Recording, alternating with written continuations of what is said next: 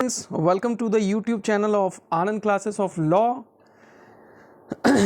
And first of all, I would like to say thank to all of you my viewers, क्योंकि आप सब ने जो है चैनल को लाइक किया, चैनल को सब्सक्राइब किया, अपना प्यार दिया।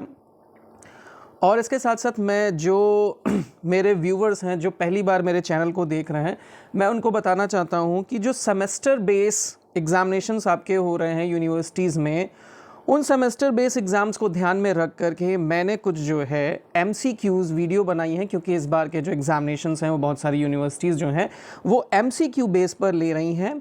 तो इसलिए मैंने MCQ बेस क्वेश्चन जो हैं सॉल्व कराए हैं। और प्रीवियस लेक्चर में we were discuss about the 40 significant MCQ based question for the subject of a code of a criminal procedure 1973।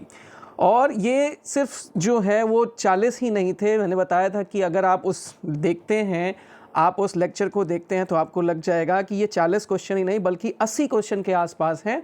तो उसको चैनल को के उस वीडियो को जो है बहुत सराहा गया है, उसकी प्रशंसा की गई है, तो इसके लिए मैं आप सबका शुक्रगुजार हूँ।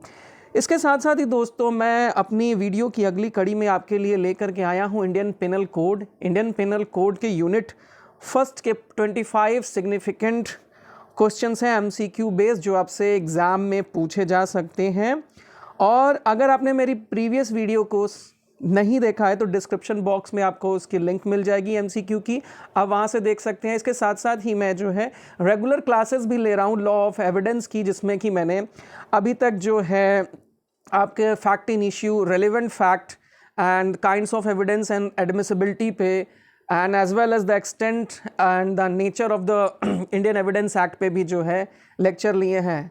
And I also took lecture on the establishment and the constitution of a Supreme Court of India and the matter of dispute upon seniority। तो सीनियरिटी पे जो डिस्प्यूट है कि सीनियरिटी कैसे डिसाइड होगी, ठीक है, और खासकर जो है जस्टिस KM जोसेफ का जो अभी रिसेंट केस था उसको लेकर के मैंने देखा जो है अपने लेक्चर में उन बातों को जो है बताया है। अगर आपने उस लेक्चर को नहीं देखा है तो डिस्क्रिप्शन बॉक्स में आपको लेक्चर मिल जाएगा, आप वहाँ से लेक्चर को देख सकते हैं। तो चलिए दोस्तों, शुरू करते हैं। आज का जो हमारा टॉपिक है इंडियन पिनल कोड 1860। तो इंडियन पिनल कोड 1860 में हम शुरू करते हैं। इसमें 25 जो है क्वेश्चंस हैं जो आपके एग्जाम में बहुत ही ज़्यादा इंपॉर्टेंट हो सकते हैं। So the first question is which one of the following is the date of enforcement of Indian penal code 1860। Question कह रहा है कि किस डेट में इंडियन पिनल कोड 1860 जो है इन्फोर्स हुआ। तो दोस्तों, इसका जो आंसर है, इसका आंसर है 1 जनवरी 1862। 1 जनवरी 1862 को ये क्या हुआ था, इन्फोर्स में आ गया था। तो अब ये क्वेश्चन अराइज होता है कि जब ये 1 जनवरी 1862 को इन्फोर्स में आ गया था तो ये कब जो है बन के रेडी हो गया था और किसकी एसेंट से ये इंडिया में एप्लीकेबल हुआ था। तो आपको पता है कि that time our India was under the British ruling period, British rules का पीरियड था, ब्रिटिश के हम जो है अधीन थे। तो therefore some of any lord had gave his assent, and by the assent of the lord that act will came into force by the 1st of Jan 1862। सो वो कौन सी डेट थी जिस पे एसेंट दी गई है और कौन से लॉर्ड ने अपनी एसेंट जो है दी थी, तो ये भी आपसे क्वेश्चन पूछा जा सकता है। तो वो डेट जो है दोस्तों वो है आपकी 6 अक्टूबर 1860। 6 अक्टूबर 1860 को जो है इस पे क्या की गई थी, इस पे अपनी एसेंट जो है दी गई थी। और एसेंट दी किसने थी, तो जिसने एसेंट दी थी उस लॉर्ड का नाम है आपका लॉर्ड कैनिंग। लॉर्ड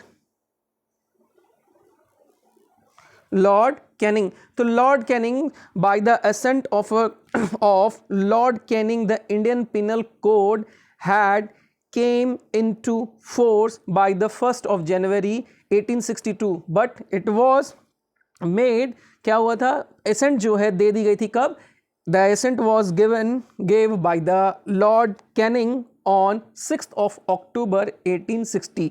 ठीक है, 6 अक्टूबर जो है को ही जो है 1860 को इसको एसेंट दे दी गई थी। और ये भी पूछ सकता है कि किस जो है गवर्नर जनरल के काल में इंडियन पिनल कोड जो है इन्फोर्स हुई थी, तो आंसर है लॉर्ड कैनिंग। ठीक है, लॉर्ड कैनिंग ही इसका आंसर है। और अब ये क्वेश्चन आपसे पूछा जा सकता है कि who have draft the Indian penal code means, और the Indian penal code was drafted by whom? So the answer is the first law commission, and the first law commission was formed by the charter, royal charter of 1833। ठीक है, 1833 के royal charter से एक first law commission India का first law commission क्या हुआ था, formed हुआ था कब, 1834 में। और इस कमीशन के जो अध्यक्ष थे वो थे लॉर्ड मैकॉले। और लॉर्ड मैकॉले के साथ दो लोग और थे। ठीक है, लॉर्ड मैकॉले के साथ जो है दो लोग और थे जिनका की नाम है जेएम मैकलॉड। आपको देखना पड़ेगा क्योंकि यहाँ पे सारी चीज़ें लिखना पॉसिबल नहीं है। और इसके साथ साथ एंडरसन मिलर। ये तीन लोगों की एक कमेटी थी और जिसको लीड कर रहे थे कौन, लॉर्ड मैकॉले। सो अगर आपसे कभी भी पूछा जाए कि who had draft the Indian penal code, then the answer is lord Macaulay. और हो सकता है कि ये पूछा जाए in which of these person has not the member of a committee of the first law commission, तो ये तीन मेंबर थे, ये आपको याद रखना है। फर्स्ट लॉ कमीशन फॉर्म कब हुआ था, 1834 में। ये pre independent first law commission था। ठीक है, तो ये आपसे जो है क्वेश्चन पूछा जा सकता है। हम आगे बढ़ते हैं नेक्स्ट क्वेश्चन की तरफ। और हमारा नेक्स्ट क्वेश्चन क्या है, देखिए नेक्स्ट क्वेश्चन इसी पे बेस्ड है। Who prepared the first draft of Indian penal code, means the Indian penal code was drafted by whom? So there are the four persons in which merely the Lord Macaulay is a significant purpose for the person for the purpose of this question. So therefore the answer is Lord Macaulay. Lord Macaulay जो है इसका right answer होगा। और इसके साथ साथ दो लोग और कौन से थे ये आप मुझे कमेंट बॉक्स में बताएंगे। ठीक है, ताकि आपको भी ये चीज़ याद रहे, हो सकता है आपसे ये पूछा जा सकता है। तो ये बस इतना मैं एक हिंट कर सकता हूँ कि तीनों के नाम में एम है। ठीक है, ये चीज़ आपको ध्यान रखनी है, ये एक क्लू है जिससे आप चीज़ों को याद कर सकते हैं। ठीक है, हम अगले क्वेश्चन की तरफ बढ़ते हैं। अगला क्वेश्चन हमारा क्या है, अगला question, section 1 of the Indian penal code deals with. तो सेक्शन 1 जो इंडियन पिनल कोड है इसका संबंध किस चीज से है ये पूछ रहा है। तो इसका जो संबंध है वो है आपका title, extend and the operation of code. Title, extend and the operation of code. मैं फिर से एक बार कर देता हूं, title, extend and the operation of code, यानी कि इस संहिता का नाम, इसका विस्तार और इसका प्रवर्तन जो है कहाँ कहाँ है, इस पे जो है, ठीक है, संहिता का नाम, प्रवर्तन और विस्तार, तीन चीज़ों पे ये जो है सेक्शन 1 डील करता है। इसके साथ साथ जो है दो सेक्शंस आपके और भी ज़्यादा सिग्निफिकेंट हैं जिसको मैं आपको बताना चाहता हूँ। देखिए, इंडियन पिनल कोड एक ऐसा कोड है जो इंडिया में ही अप्लीकेबल नहीं है बल्कि इंडिया के बाहर भी अप्लीकेबल है। फॉर एग्जाम्पल कि if A commits the murder of B in, क्या है, इन इंडिया, ठीक है, and after the commitments of after the committed the murder of B he goes to London भाग गया। So now the question arise before us, the Indian courts have jurisdiction upon A. क्या Indian courts को ए का matter में इसका trial करने का jurisdiction है? तो yes. Why yes? Because the Indian penal code has extra territorial jurisdiction. ठीक है, एक्स्ट्रा टेरिटोरियल, यानी कि एक्स्ट्रा टेरिटोरियल का मतलब होता है, एक्स्ट्रा टेरिटोरियल का मतलब हिंदी में होता है बाह्य क्षेत्राधिकार। बाह्य, एक आंतरिक क्षेत्राधिकार होता है इंटरनल जुरिस्डिक्शन, एक होता है एक्सटर्नल या एक्स्ट्रा टेरिटोरियल जुरिस्डिक्शन। तो extra territorial jurisdiction means a law which can be applicable across the territory of India, and the Indian Penal Code is a such kind of law. By the virtue of section 3 and section 4, the Indian Penal Code shall be applicable outside the India when any citizen of any other country commits offense upon Indian citizen, or if Indian citizen commit any offense against any other citizen of a country, किसी और country के citizen के against अगर Indian भी जो है crime करता है तो ऐसी कंडीशन में अप्लीकेबल होता है। इसके साथ साथ इंडिया के शिप पे अगर कोई क्राइम होता है तो भी इंडिया का जो है लॉ अप्लीकेबल होता है। इंडिया की किसी फ्लाइट, किसी एरोप्लेन में अगर कोई क्राइम होता है तो भी इंडिया का लॉ होता है। तो अब ये क्वेश्चन हमारे सामने अराइज होता है कि ये इंडिया के बाहर जो इंडिया का लॉ अप्लीकेबल हो रहा है, तो क्या ऐसा लॉ बनाने का पावर है?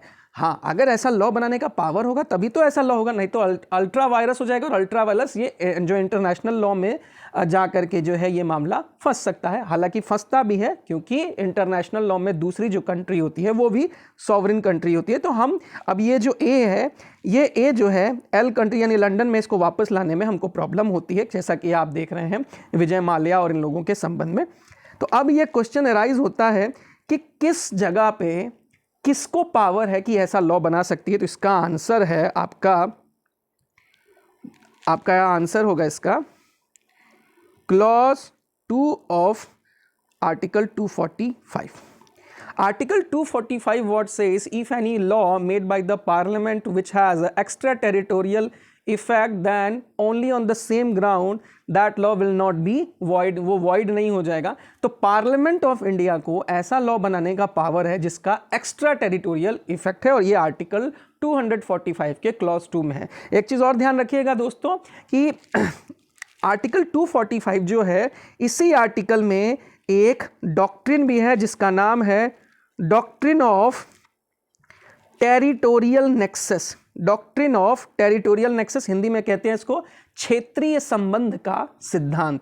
ठीक है, तो अब हम कॉन्स्टिट्यूशन में इसको जब डिस्कस करेंगे तो इसको अच्छे से करेंगे जब हम पढ़ेंगे legislative relationship between union and state, तब हम इसको पढ़ेंगे। लेकिन अभी आपके लिए इतना जानना आवश्यक है क्योंकि कॉन्सेप्ट बेस्ड लर्निंग भी करनी ज़रूरत है, तभी आपको क्योंकि पूछ सकता है कि इंडिया का नागरिक जो है वो भारत में अपराध करके अमेरिका चला जाता है तो क्या आईपीसी उसके ऊपर अप्लीकेबल होगी? तो इसका आंसर है हाँ। या अमेरिका का कोई नागरिक भारत में आकर के कोई अपराध करता है तो क्या आईपीसी अप्लीकेबल होगी? तो आंसर है हाँ। क्यों? क्योंकि एक्स्ट्रा टेरिटोरियल जुरिसडिक्शन, इंडिया में तो जुरिसडिक्शन है, इंडिया के बाहर भी ये अप्लीकेबल होता है। ये न्यायालयों को अधिकार देता है कि ऐसे व्यक्ति को ट्रायल किया जा सकता है। ठीक है, अगले क्वेश्चन की तरफ हम मूव करते हैं। हाँ, essential ingredients of the crimes are, essential ingredients of the crime are यानी कि अपराध के आवश्यक तत्व क्या हैं? अपराध के आवश्यक तत्व क्या हैं? तो अपराध का जो आवश्यक तत्व है वो है एक्टस रियस एंड मेंस रिया। अब एक्टस रियस और मेंस रिया ही क्या अपराध के आवश्यक तत्व है? क्या और भी आवश्यक तत्व है? तो इसको हम डिस्कस करते हैं, और इसमें एक मैक्सिम है, उस मैक्सिम को हम समझते हैं। मुझे लगता है कि आपको वो मैक्सिम याद भी होगी, बट हम उस मैक्सिम को समझते हैं। देखिए क्या है एसेंशियल एलिमेंट्स ऑफ क्राइम क्या है? एसेंशियल एलिमेंट्स ऑफ क्राइम क्या है? पहला तो है आपका ह्यूमन बीइंग यानी कि एक मानव। दूसरा है आपका एक्टस रियस, ठीक, एक्टस रियस। तीसरा है आपका मेंस रिया, मेंस रिया मीन्स गिल्टी इंटेंशन। और आपका फोर्थ जो है वो है इंजरी, आपका फोर्थ जो है वो है इंजरी यानी कि क्षति। तो चार चीजें हैं, इन चार चीजों को आपको दिमाग में रखना है। पहला ह्यूमन बीइंग, दूसरा एक्टस रियस, तीसरा मेंस रिया, और या दूसरा मेंस रिया, तीसरा एक्टस रियस, और चौथा इंजरी। इंजरी को जो है वो डिफाइन कहाँ किया गया है? तो इंजरी को सेक्शन 44 में जो है, सेक्शन 44 में डिफाइन किया गया है। और इंजरी में क्या चीज़ होती है? बॉडी पे इंजरी हो, ठीक है, प्रॉपर्टी पे इंजरी हो, माइंड पे इंजरी हो, या फिर रेपुटेशन पे हो।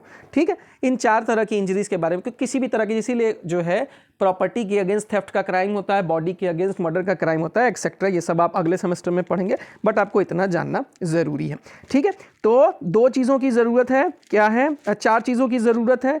पहला ह्यूमन बीइंग, दूसरा मेंसरिया, तीसरा एक्टस रियस, और चौथा आपका जो है इंजरी। अब कौन सी मैगजीन है जिसके बारे में हम बात कर रहे थे और जिसकी वजह से ये चीज़ आई है? देखिए, यही एक मैगजीन है जिसकी वजह से लॉ ऑफ टॉर्ट और लॉ ऑफ क्राइम में अंतर आता है, क्योंकि लॉ ऑफ टॉर्ट में इंटेंशन का कोई बहुत ज़्यादा रोल नहीं होता। इंटेंशन का रोल सिर्फ जो है डैमेजेस की वैल्यू को जो है प्रिज्यूम करने में होता है, लेकिन क्राइम में एसेंशियल एलिमेंट है। ठीक है, क्राइम में एसेंशियल एलिमेंट है, कुछ क्राइम्स को छोड़ करके। क्राइम तभी होगा जब इंटेंशनली किया। और उस क्या नाम है उस मैगजीन का? तो मैगजीन का नाम है actus non face it रियूमनिसी mains सिट्रिया।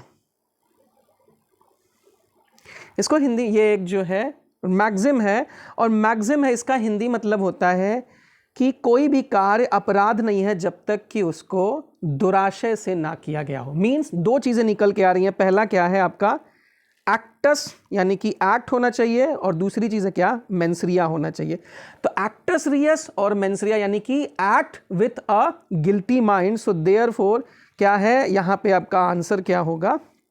Acts reus and mens rea. ये एसेंशियल एलिमेंट है। 2 एलिमेंट और है, ह्यूमन बीइंग और इंजरी, लेकिन इसके बारे में चूंकि यहाँ नहीं पूछा गया, मोटिव नहीं है, नॉलेज नहीं है, तो इसकी वजह से ये आपका आंसर नहीं होगा।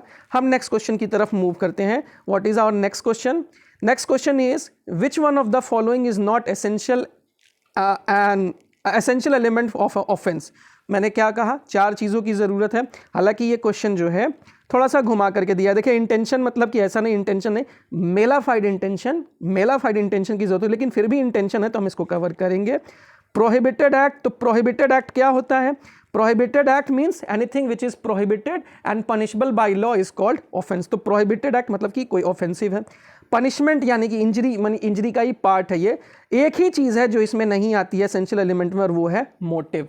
मोटिव जो है वो एसेंशियल एलिमेंट ऑफ क्राइम नहीं है, ये चीज़ ध्यान में रखिएगा। तो मोटिव जब भी आपके सामने क्वेश्चन आता है तो आप इसको कहेंगे कि motive is not a essential element of crime.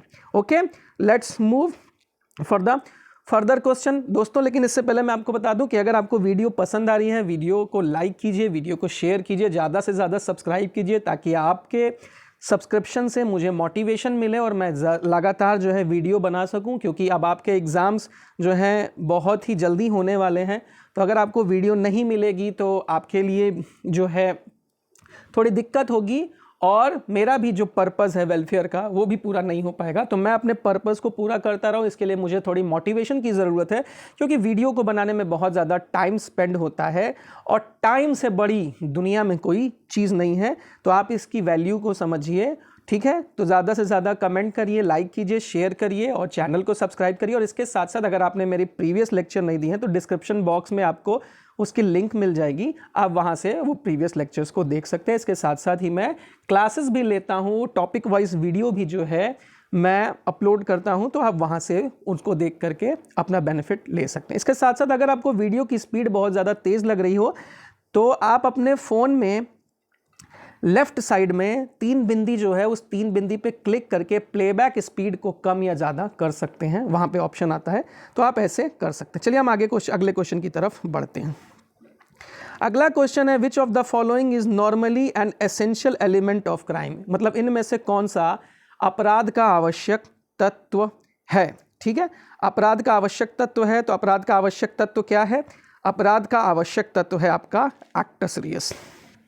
ठीक, एक्टस रियस जो है वो क्या है? अपराध का आवश्यक तत्व है। ठीक है, विल के बारे में कोई बात नहीं है, वायलेशन के बारे में कोई बात नहीं है, और मोटिव के बारे में कोई बात नहीं है। 4 चीज़ें हैं, human being, act means actus reus, and that act should be done by a mala fide intention means mens rea, and क्या हो, उससे इंजरी हो। हालांकि ये ज़रूरी नहीं है कि हर क्राइम में ये चारों के चारों फुलफिल हो, कभी ऐसा भी हो सकता है कि बिना इंजरी हुए भी जो है पनिशमेंट दी जा सकती है। और ऐसी चीज़ आपको, एक ऑफेंस आपको मिलेगा आपके इसी सेमेस्टर में, ठीक है, क्रिमिनल कॉन्स्पिरेसी का, जहाँ पे कोई इंजरी किसी को नहीं होती लेकिन इसके बावजूद भी पनिशमेंट दी जाती है, ठीक है। तो उन्हीं और ऐसे ऑफेंसेस जिसमें कि एसेंशियल एलिमेंट पूरे हुए बिना भी क्या है पनिशमेंट दी जाती है, तो ऐसे ऑफेंसेस को कहते हैं हम इनकोहेट ऑफेंस। इनकोहेट ऑफेंस हिंदी में कहें तो अपूर्ण अपराध, जो पूर्ण हुए बिना ही क्या है अपराध होते हैं, क्योंकि इन चारों स्टेप को फॉलो जो है, चारों चीज़ों को, एसेंशियल्स को फॉलो करना ज़रूरी होता है,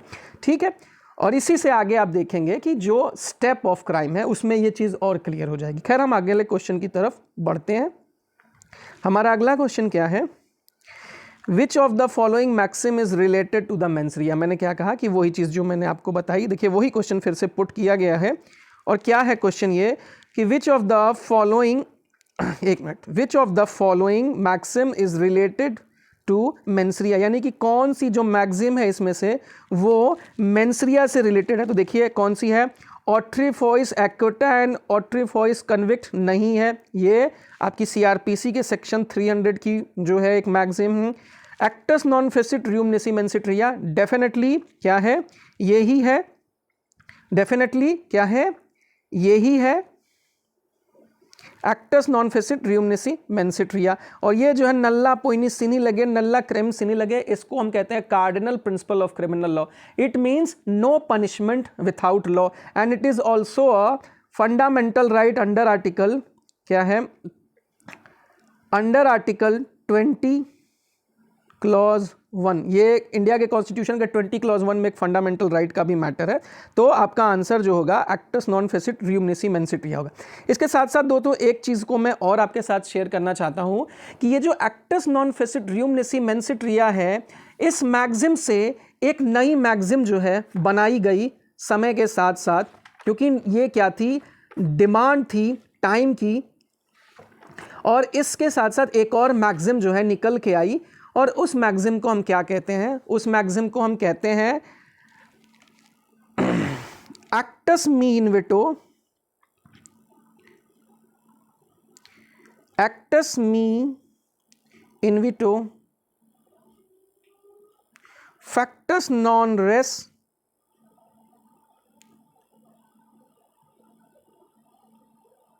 मेंस एक्टस। थोड़ी बहुत स्पेलिंग में जो है मिस्टेक हो सकती है, ठीक है, लेकिन जो है आपके ये जानना बहुत ज़रूरी है कि ये है कहाँ पे, क्योंकि आपसे वर्ड मीनिंग नहीं पूछी जाएगी। तो actus me invito factus non रेस मेंस एक्टस, ये देखिए डेवलप कैसे हुआ है। जैसे मैंने कहा कि इंटेंशन होना ज़रूरी है, किसी भी क्राइम के लिए इंटेंशन और एक्ट होना ज़रूरी है। तो मान लीजिए कि अगर हमसे कोई ज़बरदस्ती काम कराया जाता है, हमारी कनपट्टी पे बंदूक रख के हमसे अगर कोई क्राइम कराया जाता है, तो ऐसी कंडीशन में क्या है, तो उसको हम क्या कहते हैं, दैट क्राइम क्या है, वो हमारे विल के अकॉर्डिंग नहीं हुआ है। तो अब इस पे एक नई मैक्सिम डेवलप हुआ, यही मैक्सिम कहती है कि anything done by me without my will is not my act, यानी कि मेरे द्वारा मेरी इच्छा के विरुद्ध या मेरी इच्छा के अगेंस्ट में किया गया जो काम होगा वो मेरा काम नहीं होगा। और इसी को जो है कहाँ किया गया है, इन्वॉल्व आईपीसी, पूछा जा सकता है कि आईपीसी के किस सेक्शन में इस मैक्सिम को इन्वॉल्व किया गया है, तो आपका है सेक्शन 94, ठीक है, सेक्शन 94 में इस मैक्सिम को क्या किया गया है, इन्वॉल्व किया गया है। और सेक्शन 94 है वो इसी मैक्सिम पे जो है एग्जिस्ट करता है, ठीक है। हम आगे बढ़ते हैं। देखिए actus non facit reum nisi mens sit rea applies that, अच्छा क्वेश्चन है, मतलब actus non facit reum nisi mens sit rea implies that किस चीज़ पे लागू होता है, उसका क्या मतलब है, वही चीज़ पूछ रहा है। कहता है कि मेयर एक्ट और illegal omission on the part of accused makes him liable under criminal law, ठीक है। मेयर एक्ट और इलीगल ओमिशन, मेयर एक्ट और इलीगल ओमिशन सॉरी, हाँ, तो मेयर एक्ट और illegal omission on the part of accused make him liable under criminal law, ठीक है। कह रहा है कि मात्र जो है लीगल ओमिशन से on the part of accuse से ही उसको क्या किया जाएगा, पनिश कर दिया जाएगा, जो कि गलत है।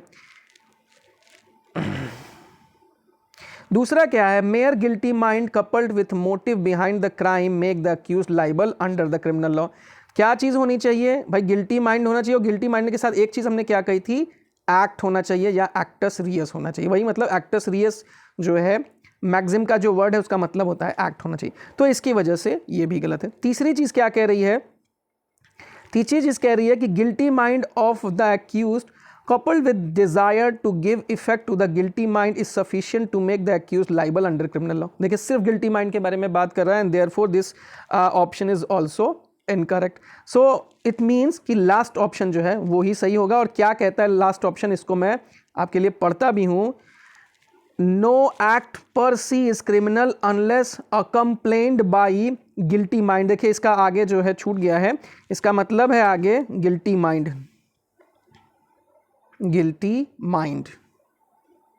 अब गिल्टी माइंड मतलब कि एक्ट आ गया, एक्ट पर सी, क्रिमिनल तभी होगा जबकि गिल्टी माइंड से किया गया हो। तो दोनों एसेंशियल एलिमेंट मिल गए, क्या, एक्टस रियस और mens rea. Guilty mind means mens rea and guilty mind means mens rea and actus reus means act. So the actus reus and the guilty mind का जो कंक्लूजन होता है वही होता है actus non facit reum nisi mens sit rea, and the same is a question. ठीक है, actus non facit reum nisi mens sit rea implies that. तो आंसर होगा हमारा डी। दोस्तों अगर आपको वीडियो पसंद आ रही है तो वीडियो को लाइक कीजिए, वीडियो को शेयर करिए। अब देखिए जो मैक्सिम मैंने आपको पहले बताई थी वही मैक्सिम पे क्वेश्चन है, actus me invito factus non est meus actus means, यानी कि वो जो मैंने कहा कि anything done by me without my will is not my act, उसी पे क्वेश्चन है। और उसका आंसर क्या, उसकी मीन्स क्या होती है ये पूछ रहा है। तो इसकी मीन्स क्या है, the act itself does not make a man guilty unless his intention were so, यानी कि काम सिर्फ किसी व्यक्ति को दंडित नहीं करता जब तक कि उसका इंटेंशन ना हो। तो ये जो मीनिंग है, ये पहली जो मैक्सिम थी acts non facit reum nisi mens sit रिया की मीनिंग का ही जो है ये इंग्लिश ट्रांसलेशन है। तो इसलिए ये इसका आंसर नहीं होगा। तो क्या होगा इसका आंसर, ऑप्शंस नीचे हैं। An act done by me against my will is not my act at all. अब इसका सीधा सीधा मतलब मैंने क्या कहा कि anything done by me without my will is not my act, and same thing is also mentioned here, so therefore the answer is B. It means the meaning of a maxim actus me in vito factus non res mens actus means that an act done by me without my will is not my act, कि मेरे द्वारा मेरी इच्छा के विरुद्ध किया गया कार्य मेरा कार्य नहीं है। किस सेक्शन में इंक्लूड है, सेक्शन 94 में इस मैक्सिम को इंक्लूड किया है। चलिए हम आगे की तरफ बढ़ते हैं। ठीक है, in every institute mens rea is to be implied unless contrary is shown. देखिए थोड़ा सा ये जो है हिस्ट्री का एक क्वेश्चन है, हिस्ट्री का नहीं लॉ की हिस्ट्री का क्वेश्चन है। बेसिकली क्या हुआ कि जब हमने लॉ ऑफ क्राइम्स और लॉ ऑफ टॉर्ट को एक दूसरे से अलग किया, तो इसीलिए अलग किया था क्योंकि लॉ ऑफ क्राइम्स में इंटेंशन का होना ज़रूरी है। तो अब ये क्वेश्चन था कि क्या हर एक्ट में इंटेंशन को हम इम्प्लाइडली इंक्लूड माने, मतलब कि क्या हम माने कि हर जो भी क्रिमिनल एक्ट है उस क्रिमिनल एक्ट में किसी भी चीज़ को क्राइम होने के लिए ये ज़रूरी है कि उसमें मेंसरिया इन्वॉल्व हो, यानी कि जानबूझकर किया गया हो, मेलाफाइड इंटेंशन से किया गया हो, या जो है एविल इंटेंशन से किया गया हो। तो अब इसी को जो है ये चैलेंज हुआ और यही कहा गया कि जब तक कोई लॉ स्पेसिफिकली जो है किसी एक्ट में, उस एक्ट में या उस लॉ में ये ना बताया गया हो कि इस एक्ट में क्राइम होने के लिए मेंसरिया एक एसेंशियल एलिमेंट नहीं है, तब तक हम मानेंगे कि मेंसरिया एसेंशियल एलिमेंट है। और same thing is also mention here, in every institute mens rea is to be implied unless contrary is shown, मतलब कि जब तक कि इसके अगेंस्ट शोन ना किया गया। अब कौन से केस में कहा गया था, तो क्वेश्चन ये पूछ रहा है, तो इसका आंसर होगा Sherras versus De Rutzen, Sherras versus De Rutzen. ठीक है, बहुत ही ज़्यादा अच्छा क्वेश्चन है। देखिए R versus Dudley and Stephen का जो केस है, R versus Dudley and Stephen का केस भी बहुत इंपॉर्टेंट है केस है। इसके साथ साथ आर वर्सेस प्रिंस का जो केस है, आर वर्सेस प्रिंस का जो केस है, आर वर्सेस प्रिंस का जो केस है ये है मिस्टेक ऑफ फैक्ट पे। ठीक है, mistake of R versus Prince का जो केस है वो है आपका मिस्टेक ऑफ लॉ पे। ठीक है, मिस्टेक ऑफ लॉ पे, किडनैपिंग पे जो है बेसिकली ये एक केस है, तो इसको हम आगे जा करके पढ़ेंगे। आर वर्सेस प्रिंस का केस बहुत ही ज़्यादा इंपॉर्टेंट है, ये ज़रूर पूछा जाएगा, लेकिन हम आगे किस पॉइंट पे है इसको आगे जा करके हम डिस्कस करेंगे। और ये भी जो है आपका जनरल एक्सेप्शन का केस है, R versus Dudley and Stephen. R versus Dudley and Stephen का जो केस है वो भी इसी से आगे जनरल एक्सेप्शन में हम आपको इसको देखेंगे। नेक्स्ट केस की तरफ हम नेक्स्ट क्वेश्चन की तरफ हम आगे बढ़ते हैं। It is the maxim older than the law of England that no man is guilty unless his mind is guilty। तो अब ये एक मैक्सिम है इंग्लैंड की कि कोई भी आदमी तब तक जो है गिल्टी नहीं होगा जब तक कि उसका माइंड गिल्टी ना हो, मतलब कि उसका इंटेंशन जो है वो क्या हो, ना रहा हो। अब जब यही चीज़ है कि एक्टस नॉन फेसिट रियुम नेसी मेंसिटी, तो किस केस में आया ये चीज़ पूछी जा रही है। And the case law is R versus all day. ठीक है, आर वर्सेस ऑल डे का जो डिसीजन था इस केस में है, इसको कहा गया था। ठीक है, हम आगे मूव करते हैं। हाँ, what is our next question. An act forbidden by law and which is the same time revolting to the more sentiments of the society is called crime. देखिए आपके सिलेबस में जो है क्राइम की डेफिनेशन जो है वो भी जो है क्या है, सिग्निफिकेंट है, वो पूछी जा सकती है। तो ये जो दी है डेफिनेशन, ये डेफिनेशन किसने दी है, तो ये डेफिनेशन दी है आपकी स्टीफन ने। ठीक है, स्टीफन ने जो है इस डेफिनेशन को दिया है। ठीक है, तो इसका राइट आंसर होगा कि स्टीफन गेव दिस डिसीजन। और क्या है, an act forbidden by law and which is the देखिए थोड़ी सी दिक्कत है पढ़ने में, हाँ, which is the same time revolting to the moral sentiments of the society is called, तो क्या है, स्टीफन ने ये डेफिनेशन क्राइम के बारे में दी है। ठीक है, कि क्राइम क्या होता है। ठीक है, तो हम आगे बढ़ते हैं, कुछ और डेफिनेशंस को चेक करते हैं, क्योंकि मुझे लगता है कि यहाँ से क्वेश्चन आपसे पूछा जा सकता है। ठीक है, next question, in order that an act should be punishable it must be morally blameworthy, it must be sin, which of the following made this observation। अब कौन से जज ने ये ऑब्जर्वेशन किया है कि the order that an act should be punishable it must be morally blameworthy, it must be sin। ठीक है, तो ये जो आपका डिसीजन है और सॉरी ये जो ऑब्जर्वेशन है ये है आपका लॉर्ड डेनिंग का। ठीक है, ये है लॉर्ड डेनिंग का। ठीक है, लॉर्ड डेनिंग का है, तो इसको ध्यान में रखिएगा क्योंकि ये सब डेफिनेशंस आपसे पूछी जा सकती हैं। थोड़ी सी मेहनत करनी पड़ेगी, कुछ की पॉइंट्स को आपको दिमाग में रखना होगा। इट मस्ट बी सिन, ब्लेमवर्थी, अगर इस चीज़ को दिमाग में रख लेते हैं तो आप डेफिनेटली कर लेंगे। अगर आप बार बार वीडियो को देखते भी हैं तो आपको ये चीज़ ज़रूर रट जाएगी। ये मेरी जो है तरफ से आपको मैं गारंटीड कर रहा हूँ कि ये चीज़ें रट जरूर जाएंगी, भले ये क्वेश्चन आए ना आए, लेकिन ये चीज़ रट जरूर जाएगी। ठीक है, और डेफिनेशंस को हमें रटना ही होता है। ठीक है, डेफिनेशंस को रटना ज़रूरी होता है, क्योंकि अगर आप डिस्क्रिप्टिव क्वेश्चन भी जो है सॉल्व कर रहे हो तो वहाँ पे आपको पहले एक्सप्लेन करना होता है चीज़ों को। तो ये डेफिनेशंस आपके लिए बहुत सिग्निफिकेंट रोल प्ले कर सकती हैं for collecting more numbers from the examiner. ठीक है, तो ये चीज़ आपके लिए ध्यान रखने की चीज़ है। अब देखिए जो अगला है, देखिए ये हिंदी में है क्वेश्चन, हिंदी वालों को भी जो है कुछ तो मिलना चाहिए। तो अब क्या है कि अपराध एक ऐसा दोष है जिसकी अनुशस्ति दंड है और जो किसी सामान्य व्यक्ति द्वारा क्षम्य नहीं है। यदि वह क्षम्य है तो केवल सम्राट द्वारा निम्नलिखित में से किस विधि शास्त्री ने ये कहा है। ठीक है, कि क्या है कि अपराध एक ऐसा दोष है जिसकी अनुशस्ति दंड है। ठीक है, कि crime is such kind of fault for which punishment जो है दी जा सकती है और जो किसी सामान्य व्यक्ति द्वारा क्षम्य नहीं है। And which would not be क्या है, क्षम्य नहीं है, तो क्षम्य नहीं है मतलब compoundable, which would not be compoundable by any common man but compoundable by हुम, कंपाउंडेबल बाई सम्राट। तो सम्राट का मतलब है किंग। ठीक है, इस चीज को ध्यान, और ये किसने कहा है, तो इसको कहा है केनी ने। ठीक है, इसको कहा है केनी ने, केनी ने जो है इसको कहा है, तो ये जो है आपका राइट आंसर है। हम आगे मूव करते हैं। देखिए, किसी कार्य को निषिद्ध करने या समादेशित करने वाली लोक विधि के उल्लंघन में किया गया कार्य अपराध है। ये किसने कहा है? तो ये कहा है ब्लैकस्टोन में।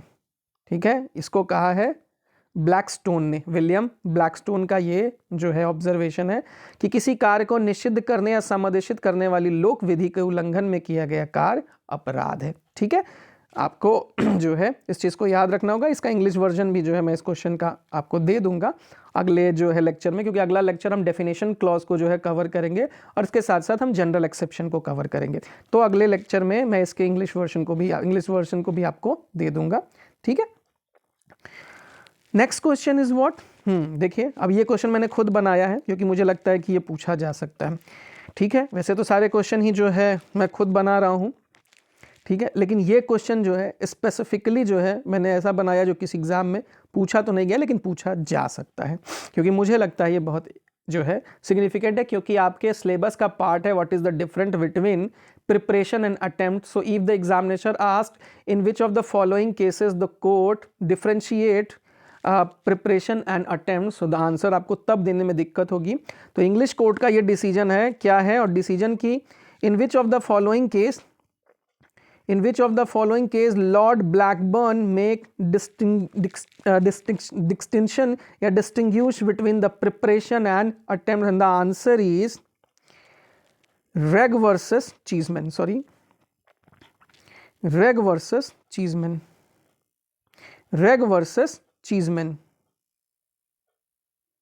ठीक है, रेग वर्सेस चीजमैन का जो डिसीजन है वो लॉर्ड ब्लैकबर्न यानी कि इंग्लिश कोर्ट का डिसीजन है।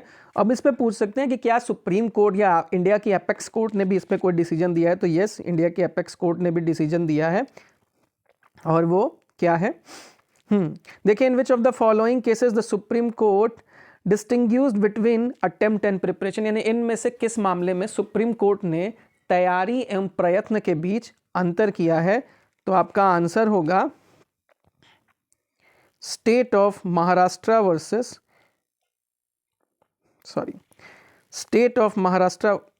रुक जाइए,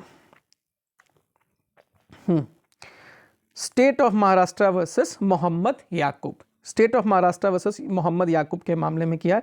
ये जो आपको केस दिख रहा है Brijendra Kumar Ghosh versus king emperor, ये सेक्शन 34 पे है, प्रीवी काउंसिल का जजमेंट है। ठीक है, section 34 of the code of criminal Indian penal code पे, इसको हम जॉइंट लायबिलिटी के पोर्शन में कवर करेंगे। आप बस अभी तो इसको दिमाग में रखिए कि ये क्या है। ठीक है, तो ये चीज़ जो है आपके लिए सिग्निफिकेंट है। इसके साथ साथ अब जब सुप्रीम कोर्ट की बात आई गई तो सुप्रीम कोर्ट के बारे में थोड़ा डिस्कस कर लेते हैं, क्योंकि सुप्रीम कोर्ट जो है आपके कॉन्स्टिट्यूशन में, उसके बारे में, उसका कॉन्स्टिट्यूशन और उसका एस्टैब्लिशमेंट के बारे में जो प्रोविजन है वो इंडियन कॉन्स्टिट्यूशन में दिया गया, जिस पे मैंने प्रीवियस लेक्चर भी अपनी डाली हुई है कि उसके जजेस का अपॉइंटमेंट कैसे होता है। और अब अगली जो लेक्चर होगी सुप्रीम कोर्ट के ऊपर वो होगी आपकी वाइट बोर्ड पे, और वो होगी jurisdiction of a supreme court, जो आपके एग्जाम के पॉइंट ऑफ व्यू से तो सिग्निफिकेंट होगी, साथ साथ आपको ब्रॉड नॉलेज या कॉन्सेप्ट बेस्ड नॉलेज के लिए भी बहुत सिग्निफिकेंट होगी। ये प्रीवियस लेक्चर जो है इसकी लिंक आपको डिस्क्रिप्शन बॉक्स में मिल जाएगी। ठीक है, तो डिस्क्रिप्शन बॉक्स में आप उसको चेक कर सकते हैं, अदरवाइज जो है आप चेक कर सकते हैं कि establishment and the constitution of a supreme court of India and the dispute on the point of a seniority in the appointment of a जजेस इनटू सुप्रीम कोर्ट। ठीक है, तो उस पर भी आप इस चीज़ को देख सकते हैं। तो आर्टिकल कौन सा है? आर्टिकल 124 में जो है एस्टैब्लिशमेंट के बारे में बात की गई। चलिए हम आगे बढ़ते हैं। हमारा नेक्स्ट क्वेश्चन क्या होगा? For which offence the last section of the IPC make provision for punishment. देखिए, अब ये जो लास्ट सेक्शन है, तो मैंने क्या कहा, मैंने अब ये भी आपको पहले जान लेना होगा कि इंडियन पिनल कोड में कितने जो है सेक्शंस हैं और कितने जो हैं चैप्टर्स हैं, क्योंकि हो सकता है पूछा जा सके। तो चैप्टर्स कितने हैं? 23 हैं, और सेक्शंस कितने हैं? 511 क्या है? सेक्शंस हैं। 511 सेक्शंस हैं, ये क्या है? चैप्टर्स हैं 23। ठीक है, तो अब ये पूछ रहा है कि सेक्शन 511 जो है, जो लास्ट सेक्शन है, वो किस चीज को डील करता है? So the answer is attempt to commit an offence. ठीक है, attempt to commit an offence, यानी कि अपराध करने के प्रयत्न से। ठीक है, attempt to commit an offence, अपराध करने के प्रयत्न से। तो अब देखिए दो तरह की बात है, एक कुछ क्राइम्स हैं जिनको स्पेसिफिकली अटेम्प्ट जो है उसमें दे दिया है। For example attempt of murder section 307, ठीक, अटेम्प्ट ऑफ कल्पेबल होमिसाइड 308, ठीक है, अटेम्प्ट ऑफ सुसाइड 309, ऐसे बहुत सारे सेक्शंस में जो है अटेम्प्ट के बारे में स्पेसिफिक प्रोविजंस है। लेकिन जिन सेक्शंस में स्पेसिफिक प्रोविजंस नहीं है, इसका मतलब नहीं है कि उनके अटेम्प्ट जो है क्या है, एसेंशियल नहीं है, उनके अटेम्प्ट पनिशेबल नहीं है। हर एक attempt, each and every attempt shall be punishable, but each and every preparation shall not be punishable. There are merely some preparations which are punishable under the Indian penal code. मतलब कुछ ही ऐसे अपराध हैं जिसमें तैयारी भी जो है दंडनीय है, लेकिन प्रत्येक अपराध के प्रयत्न की स्थिति में जो होती है वो दंडनीय होती है। जो अटेम्प्ट होता है वो पनिशेबल ही होता है। तो कुछ अटेम्प्ट्स जो है स्पेसिफिक रूप से पनिशेबल हैं, और जो पनिशेबल नहीं है स्पेसिफिकली उनके लिए सेक्शन 511 बना दिया गया है, और 511 में वो पनिशेबल होते हैं, जैसे अटेम्प्ट ऑफ थेफ्ट, ठीक है, अटेम्प्ट ऑफ कॉन्स्पिरेसी वगैरह वगैरह। तो इस तरह के जो सेक्शन है जो अलग तरीके से नहीं बनाए गए उनके लिए सेक्शन जो है 511 अप्लीकेबल होता है, ठीक है। अब जो है आपकी जो 511 जो है, 511 में किन चीज़ों की ज़रूरत है, तो 511 में जो है 4 तरह के जो हैं आपके दिए गए हैं प्रिंसिपल्स, ठीक है, 4 तरह के जो है, sorry not principles but theories दी गई हैं, जिसमें से कि इम्पॉसिबल अटेम्प्ट की थियरी आपको पढ़नी है, बाकी कोई भी नहीं पढ़नी। लेकिन अटेम्प्ट क्या होता है इस चीज़ को ज़रा सा डिस्कस कर लें, क्योंकि ये जानना बहुत ज़रूरी है, क्योंकि बहुत सारे स्टूडेंट्स को अटेम्प्ट क्लियर कभी नहीं होता है। बस मैं कुछ चीज़ों को बताऊंगा, अगर आपने दिमाग में उसको रख लिया तो आपका काम हो जाएगा। देखिए ध्यान से सुनिएगा, पहली चीज़ क्या है, पहली चीज़ है क्या कि causing any act towards the commission of crime. Towards the commission of crime यानी कि अपराध कार्य करने की तरफ जो है बढ़ना। जैसे समझ लीजिए कि एक आदमी ए है और इसको जो है बी को मारना है।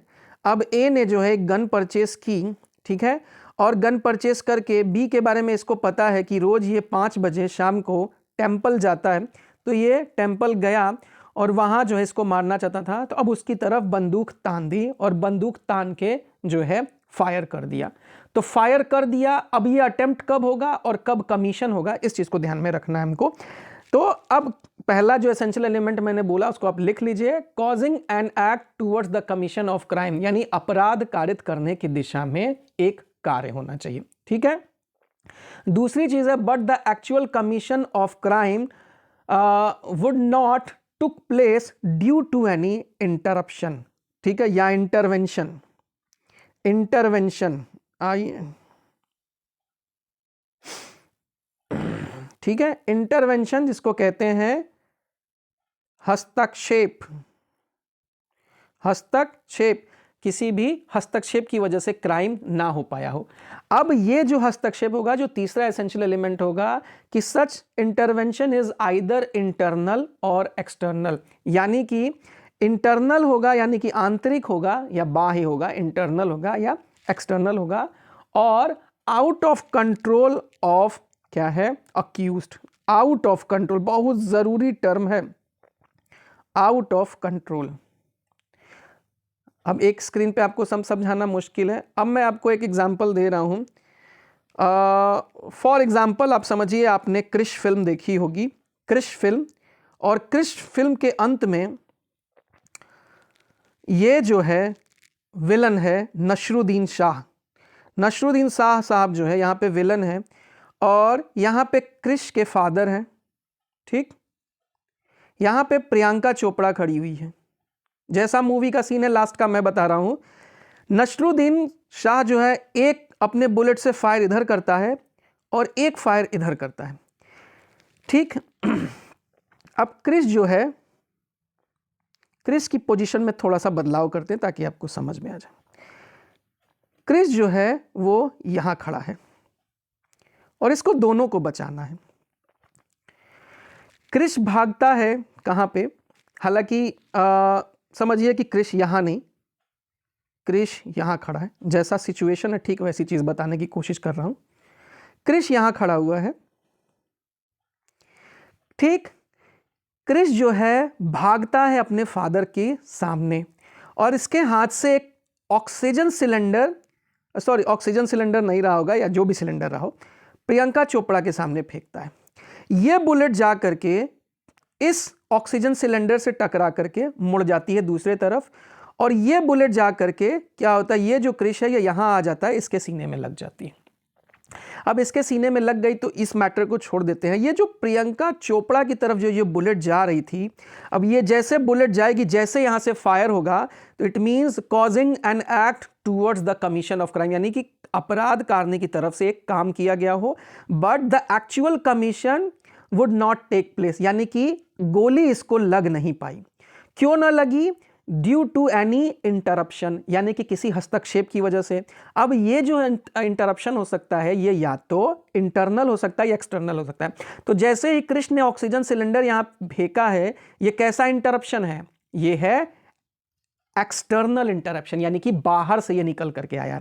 अब इस इंटरप्शन की वजह से क्या हुआ? एक्चुअल कमीशन ऑफ क्राइम, यानी कि जो गोली लगनी थी प्रियंका चोपड़ा को वो नहीं लग पाई, इसके वजह से गोली का डायरेक्शन मुड़ गया। तो ये अब इस पे हम देखें तो यहां पे तो मान लो अगर क्रिश की डेथ हो जाती है तो ये मर्डर का ऑफेंस हो जाएगा, लेकिन यहां पे जो बुलेट इससे टकरा के मुड़ गई है ये ही है attempt of murder. Attempt of murder जो है, अब फिर से जो है मैं आपको बताता हूं कि अटेम्प्ट ऑफ मर्डर जो है 4 स्टेज में तीसरा स्टेज है, जो क्राइम के स्टेजेस हैं, ठीक है। पहला है आपका क्या, पहला है इंटेंशन को डेवलप करना अपने माइंड में, ठीक है। दूसरा है प्रिपरेशन करना, तीसरा है अटेम्प्ट करना और चौथा है कमीशन। तो अब इन दोनों में से कोई एक ही चीज होगी, एक ही चीज होगी, दोनों एक साथ नहीं होगी। अगर इसको हम मिटा देंगे तो ये होगा, अगर इसको हम मिटा देंगे तो अटेम्प्ट हो जाएगा। अब कैसे? अगर गोली मान लो ये प्रियंका चोपड़ा है, ठीक है, इसको पी लिख दे रहा हूं मैं, ये प्रियंका चोपड़ा की तरफ गोली आ रही थी और प्रियंका चोपड़ा को नहीं लगी, तो इसका क्या मतलब है कि कमीशन ये नहीं था। तो जब कमीशन नहीं था तो इट मींस ये अटेम्प्ट था। और अटेम्प्ट कैसे हुआ कि गोली सिलेंडर से टकरा करके दूसरी तरफ मुड़ गई, ये सिलेंडर यहां से आया, टकराई और मुड़ गई। तो इसका मतलब क्या है? ये एक्सटर्नल इंटरवेंशन है जिसकी वजह से एक्चुअल कमीशन ऑफ क्राइम नहीं हो पाया। अब एक्चुअल कमीशन ऑफ क्राइम नहीं हो पाया तो क्या पनिशमेंट नहीं दी जाएगी? नहीं, तो पनिशमेंट अटेम्प्ट की दी जाएगी, थोड़ी सी कम दी जाएगी। लेकिन लास्ट का जो एसेंशियल एलिमेंट है उसको ध्यान में रखना है। और एक चीज और ध्यान में रखना है, अब एक एग्जांपल और समझाता हूं। समझो कि ए एक औरत है, ए एक औरत है, यहां पे एक कुआं है, ठीक है। ए जो है ये कहते हुए आई कि मैं कूद के जान दे दूंगी, और यहां आ करके उसने इतनी तेज छलांग लगाई कि इस तरफ आकर के गिर गई। ध्यान से सुनिए, इतना कोई आपको बताएगा नहीं, अगर आपको अटेम्प्ट समझना ध्यान से सुनिए। इतनी तेज इसने छलांग लगाई कि इस तरफ आके गिर गई। तो ये क्या है? एक्चुअल कमीशन नहीं हो पाया क्राइम का, क्योंकि सुसाइड जो है 309 में क्या है? अटेम्प्ट ऑफ सुसाइड पनिशेबल है। अब एक्चुअल कमीशन ऑफ क्राइम यहां नहीं हो पाया क्योंकि जो इंटरवेंशन है, ये इंटरवेंशन कैसा इंटरवेंशन है? ये इंटरवेंशन जो है इंटरनल है। इंटरनल क्यों है? क्योंकि इसके पास जो है क्या है? अच्छी प्रैक्टिस नहीं है, या इसको अच्छे से जंप करना नहीं आता, ये इतना नहीं जान पाई कि मुझे कितना कूदना है। तो ये क्या है? इंटरनल इंटरवेंशन है। इंटरनल इंटरवेंशन की वजह से कमीशन नहीं हो पाया, क्योंकि इसके मन में जो है जितना तेज कूदना था उससे ज्यादा तेजी से कूद के ये दूसरी तरफ आ गई, बच गई, इसकी जिंदगी बच गई। तो क्या ये अटेम्प्ट टू सुसाइड है? हाँ है। लेकिन एक लास्ट जो आपका मैटर है, मैंने क्या कहा कि सिचुएशन जो होनी चाहिए वो आउट ऑफ कंट्रोल होनी चाहिए, आउट ऑफ कंट्रोल होनी चाहिए। अब एक एग्जाम्पल से इसको भी समझा देता हूं। समझिए कि आउट ऑफ कंट्रोल की ए जो एक औरत है, ए एक औरत चिल्लाते हुए निकली कि अपने बच्चे को अपने साथ लिए हुए कि मैं कुएं में कूद के जान दे दूंगी, और यहां पे एम और एन नाम के दो लोगों ने इसको पकड़ लिया। तो क्या ये अटेम्प्ट होगा? अब इसको हम कंपेयर करते हैं कि causing an act towards the commission of crime, हाँ कॉजिंग एन एक्ट हो रहा है towards the commission of crime, but actual commission of crime would not take place. हाँ एक्चुअल कमीशन ऑफ क्राइम जो है नहीं हो पाया। क्यों नहीं हो पाया? Due to any in either internal interruption और एक्सटर्नल इंटरप्शन। तो ये किस तरह का इंटरप्शन है? ये एक्सटर्नल है क्योंकि ये बाहर के लोग हैं, इसने अपने अंदर की कमी की वजह से नहीं हुआ है, ये बाहर के लोग हैं। लेकिन जो लास्ट पॉइंट है कि सिचुएशन आउट ऑफ कंट्रोल, अब जब मान लीजिए कि ये दोनों लोगों को हम यहां से मिटा देते हैं, इतना आपको कोई नहीं समझाएगा, ना आपको क्लास में बताया जाएगा, समझ लीजिए। अटेम्प्ट समझना बहुत ज़रूरी है, ना तो जीवन भर अटेम्प्ट के खेल में आदमी खेलता रह जाता है। जो लास्ट है कि आउट ऑफ कंट्रोल, तो अगर इन लोगों को यहाँ से हटा दिया जाए कि ये एम और एन यहाँ नहीं होते और जो ए है वो दौड़ती हुई जाती और यहाँ कूद जाती, तो कूद जाती का मतलब कि अगर यहाँ नहीं पकड़ा गया होता तो यहाँ शायद कूद सकती थी। तो कूदने से पहले ए के पास क्या है? एक सिचुएशन ऐसी है जिसमें ये अपने माइंड को डाइवर्ट कर सकती है। Mind divert due to fear, यानी कि डर से कि अरे मैं तो मर जाऊंगी। तो ये ऐसी सिचुएशन है कि वो अपने आप को वापस कर सकती थी, अपने ऑब्जेक्ट को चेंज कर सकती थी। तो अगर अपने ऑब्जेक्ट को चेंज करने की सिचुएशन में ए है तो ये अटेम्प्ट नहीं होगा। ध्यान रखना, क्योंकि चारों एसेंशियल एलिमेंट नहीं मिल रहे हैं। अब एक सिचुएशन बता रहा हूं कि अटेम्प्ट कैसे हो जाएगा। आप देखिए, ठीक है, समझो कि ए जो है, ए दौड़ते हुए आई, ठीक है, और इसने जो है छलांग लगा दी। अब जैसे इसने कूदा यहां से, जैसे ही इसने छलांग लगाई, व्हाट इज, क्या मीन्स है इसका? Then the situation is out of control, क्योंकि गोली जो है बंदूक से निकल चुकी है, तीर कमान से निकल चुका है, अब नहीं मामला बनने वाला। तो सिचुएशन आउट ऑफ कंट्रोल हो गई है, तो अटेम्प्ट हो जाएगा अगर सारे एसेंशियल हैं। तो ये एक ही चीज़ आपको ध्यान में रखनी है। मैं उम्मीद करता हूं कि आपको समझ में आ गया होगा। अगर आपको समझ नहीं आया है दोस्तों, तो इसके बावजूद भी मैं अटेम्प्ट पे आपको एक अलग से क्लास दूंगा ताकि आपका कॉन्सेप्ट हमेशा हमेशा के लिए क्लियर हो जाए। खैर, आप मुझे कमेंट बॉक्स में बताइए कि आपको लेक्चर पसंद आ रहा है या नहीं। ठीक है, हम आगे क्वेश्चन बढ़ते हैं, क्योंकि अब क्वेश्चन जो है अटेम्प्ट पे ही आपको मिलेंगे। खैर, अगला जो है, section 511 of IPC does not apply in the case of attempt of.